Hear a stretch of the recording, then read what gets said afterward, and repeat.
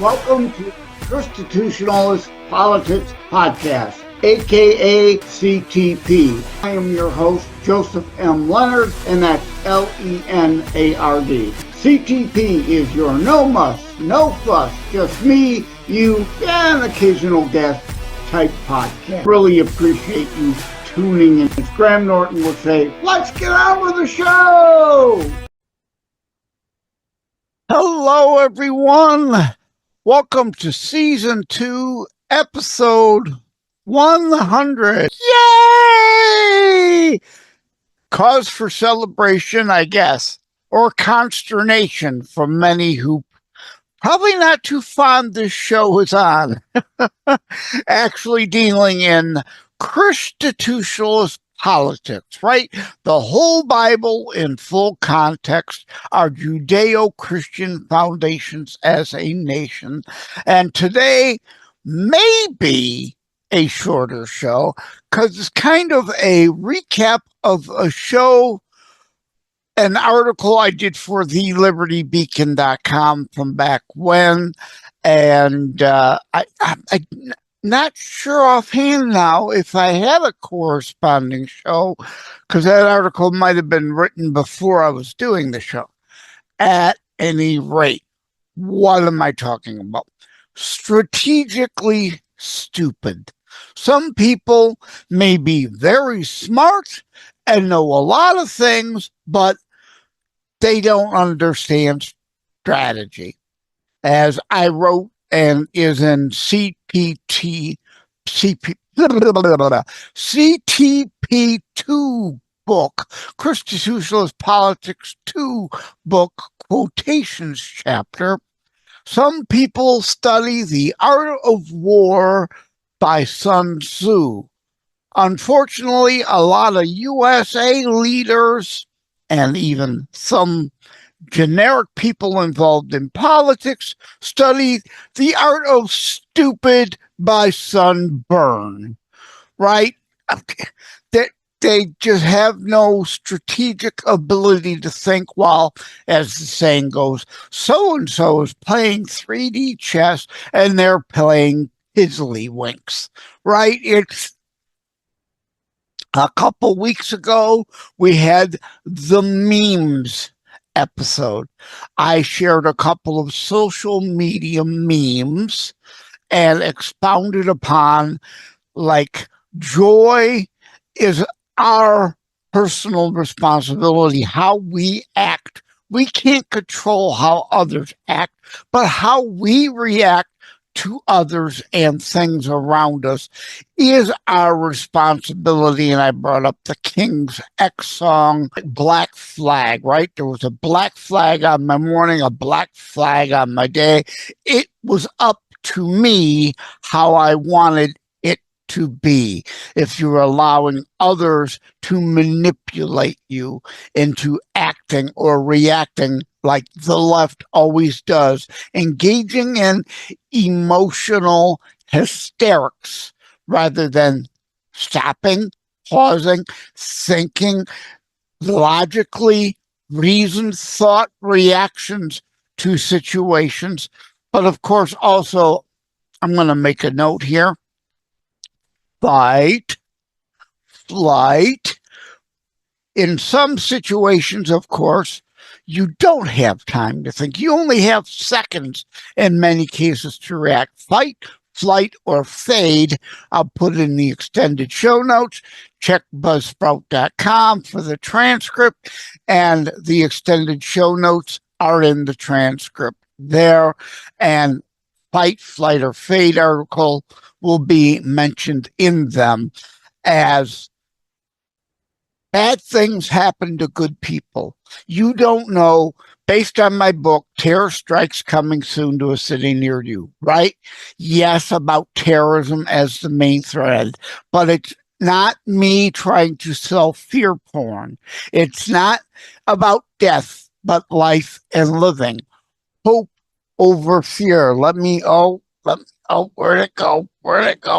There it is. Let me grab. I wrote these down because otherwise I may forget. Oh, the green screen's all messed up now. Say see, notes. Terror strikes, yes, about terrorism, but not book about death, but life and living. Life over death, hope over fear, faith over despair, love over hate, good over evil, individualism over collectivism, freedom over tyranny, family and friends. So, indeed, crime in general, let alone terrorism, might happen anywhere. That's the point, right, of the subtitle. Terror strikes coming soon to a city near you. As I record this today, May the 4th, may the 4th be with you, right? Star Wars Day, as I also read, it's International Firefighters Day, so shout out to first responders, especially firefighters, for your day here. I support you. Thank you for your service. But where was I going? Right? General crime or terrorism can happen anywhere. Terror strikes coming soon to a city near you. Oh, May the 4th. Apparently in Brazil, there was a Lady Gag Me, as I call her, concert bombing plot thwarted, right? Now, these things have been planned here too, and you're not hearing how they've been thwarted. These things can happen anytime, any place, and you need to be at least remotely prepared to say, I will be a thinker, not a panicker. That if something happens in the fractions of a second you have, you resolve to think before you just react. Because if you panic and land in that panic group of sheeple stampeding for the exits, you may make yourself a bigger target, and or you put yourself in that stampede of sheeple and could be trampled to death. Okay? But today, talking back to the memes that goes back to, I didn't think to mention that during that show, but today relates to memes in that strategically stupid. If you're sharing memes about Big Mike, right? I have blocked, I can't tell you how many people in the last several days on social media, and indeed flagged my thelibertybeacon.com piece, strategically stupid, and say to them, this is relevant to the midterms 2026. How? Bye-bye, blocking, because I, and hope you all, are on social media for things that make sense, things that help win votes for the upcoming midterms 2026, not just make idiotic comments of and about people regarding Hillary Clinton also, right? She's relevant today. How? I get it, yes. The Obamas and the Clintons are still valid to a degree behind the scenes. But if you're constantly trotting out things about the Clintons and the Obamas, you're not dealing in the here and now. You're strategically stupid. And what do I mean by that? If you're doing things that only evoke eye rolls and laughter and them walking away from you, you're not a serious person in their eyes. You're not capable then of helping shape real opinion that will turn into votes. If you're dealing in,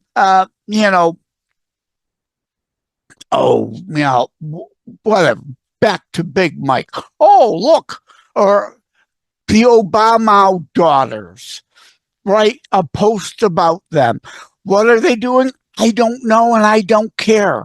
They are irrelevant unless if they've declared to run for public office. They are irrelevant right now. So stop it. Stop it. If you're talking about Malia and, I forget the other one, Obama, rather than the economy, you're being strategically stupid. You're not helping to shape any votes. You're going to just be deemed as a hyper partisan, engaging in what the left always does, Alinsky personal attacks. And that doesn't help anything. We need to be strategically smart and talk about the economy and inflation and what all is going on, the things that affect every one of your neighbors around you, your neighborhood.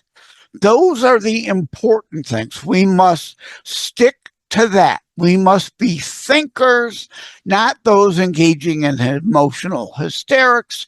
And I get it, right? Another show, conspiracy theories, red pill strategy is what this is about. That will also be linked in the episode related links. Conspiracy fact versus conspiracy theory, right? I'm going to call out some people here. If you're constantly posting about chemtrails, for example, okay, I get some people are concerned about that. And as I say in the conspiracy theory episode notes, it does not matter what you, me, we know to be true. What matters is what we can prove to be true to others, to convince others. Again, now if you show somebody a picture of chemtrails and a meme on and on about that, you're mainly going to get eye rolls and laughter. It's not going to win any votes. That's what I mean about being strategically smart versus strategically stupid. Sharing factual information that people can and will actually listen to. They may not like facts being given to them, and joking, comedic relief, right? Telling jokes is a good way. I have a show, I appeared on Wham Radio way back. Let me write down that Wham joke. Maybe I can find that episode to link in the show notes. I'm not sure. But I was talking with Clark. I'm drawing a blank on his name now. But anyway, here's the Clark Cast show way back when, years ago. Joking can help get past people's defenses. That's a strategically smart way to do things, right? A joke about something, and I don't have one offhand, unfortunately, to share, but if you can present facts in a fun way, in a joking way, you can get past their defenses of just eye rolls and laughter, or in this case, if you're telling a joke, laughter could be good. But if you're planting the seed of something important to a Democrat, they would never, ever listen to or entertain, but you get past their defenses in a joke form, planting that seed that may grow and, bring them to a realization later. And I talk about Dennis Prager in the Constitutionalist Politics book about him. He is right. And speaking of memes, going back to memes, I have a meme I'll try to remember to put in here that I created. You can lead a liberal to the facts, but you can't make them think, right? Based on the old horse to water, but can't make them drink thing. And I was wrong to say that. Dennis Prager is right. I'm human. You've heard me say that, right? Frail, flawed, imperfect. I can make mistakes. And I've been wrong in so far as that meme that I will share. I should have put leftists. You can lead a leftist to the facts, but you can't make them think. A classical liberal you may still be able to reach, like a Brandon Strzok or a Candace Owens or a Tammy Bruce, who is now part of Trump's cabinet, all Leo Terrell, all former classical liberals that we were able to red pill because we don't deal in, if we deal in factual stuff, over time we can reach some classical liberals, but never reach a leftist. And also in quotations chapter CTP2 book, the left, they don't know, they don't want to know, because they do know just enough that if they really knew, their delusional bubble would be burst. So the whole point here, being strategically smart, how we share things. You know the saying, know your audience? It's the same thing there too. Know what if you're leading off with, hey, did you see the latest meme about Big Mike? Or, the latest meme on chemtrails? Again, in the right audience, that conversation can be had. But running into people on the street, at the grocery store, at the diner, at the deli, they're just going to roll their eyes and laugh at you, not with you. So that's what this show is about, being strategically smart versus strategically stupid, and how we approach things, how we deliver things, and indeed, jokes can get passed through a classical liberal, plant a seed that may then red pill them, may awaken them from their woke stupor eventually, like those examples I gave. And, there are so many more examples of people who indeed were former Democrats and no longer associate with it. Look at Elon, right? Elon Musk and Doge.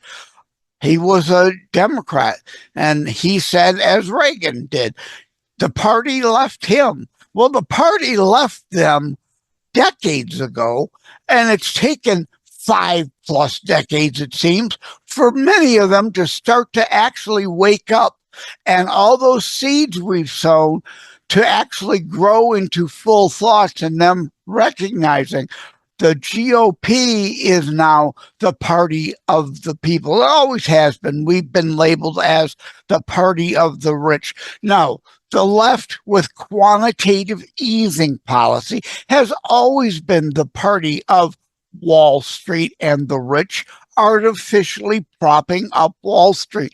I forget the percentage, but at least half of all Americans don't own any stocks. They don't have a 401k or a pension plan, at least not yet. So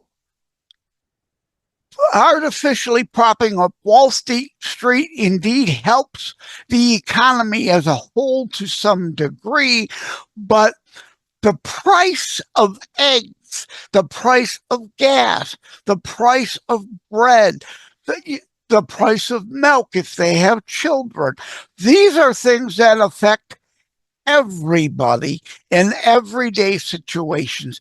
And those are the strategically smart things to talk about rather than other things.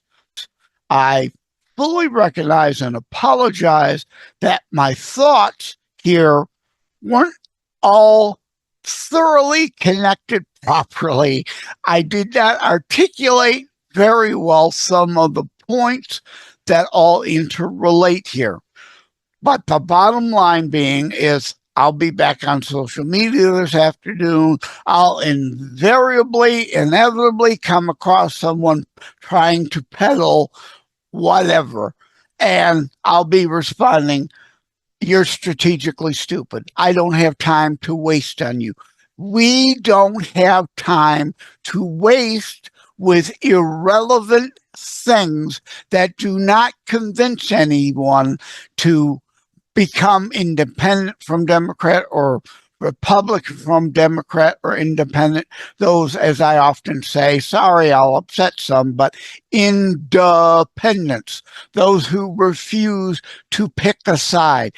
Remember, Republican. This is a republic. Republicanism. It's right in the name. You are either with us trying to restore our American republic. Either you're with us, and yes, there are rhinos and CINOs. It's not the uniparty. It's not all the same. Remember, our founding documents say, we the people. The GOP is what you allow it to be. If you're not a delegate, you need to become one to fight to root out rhinos and CINOs to make the GOP indeed the republic party it's meant to be, and indeed is for the most part, and achieve Republican goals to restore our American republic. Enough of that change stuff.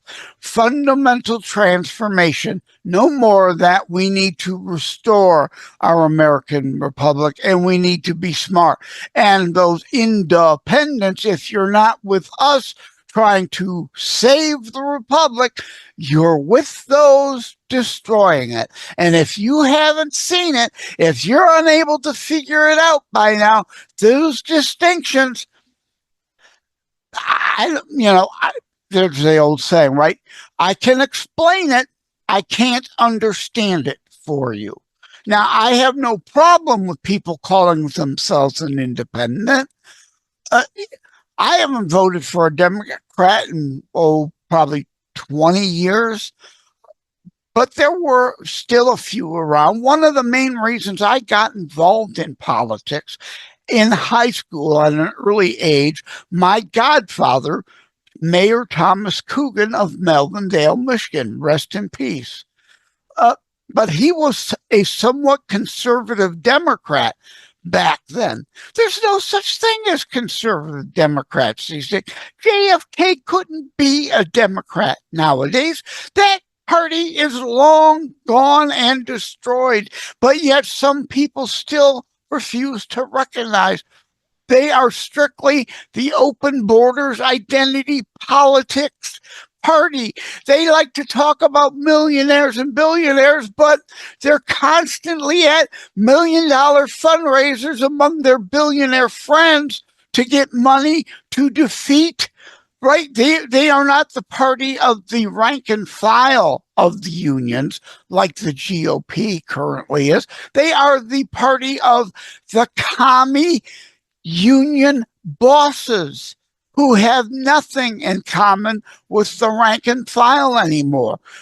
Your jobs don't matter to them, just the ability to steal due monies from you matters to them, so they can have their lavish parties and can funnel your monies to left-wing politicians who harm your ability to have a good life here in the United States. Okay, indeed, I'm going to wrap it up there because, again, I know I've rambled, covered a bunch of things, but they all fit under the Be Strategically Smarter umbrella. Hope you'll check Buzzsprout for the transcript. Check out the articles listed in the related links there. Thank you all. Take care. God bless. Thank you for having tuned in for Constitutionalist Politics Show. If you haven't already, please check out my primary internationally available book, Terror Strikes, coming soon to a city near you. Available anywhere books are sold. If you have locally run bookstores still near you, they can order it for you. And let me remind, over time, the fancy high production items will come. But for now, for starters, it's just you as a very appreciated listener by me. All substance, no fluff, just straight to key discussion points. A show that looks at a variety of topics, mostly politics, through a Christian U.S. constitutionalist lens. So again, thank you from the bottom of my heart. Take care. God bless. Like and subscribe to Constitutionalist Politics Podcast and share episodes. We need your help.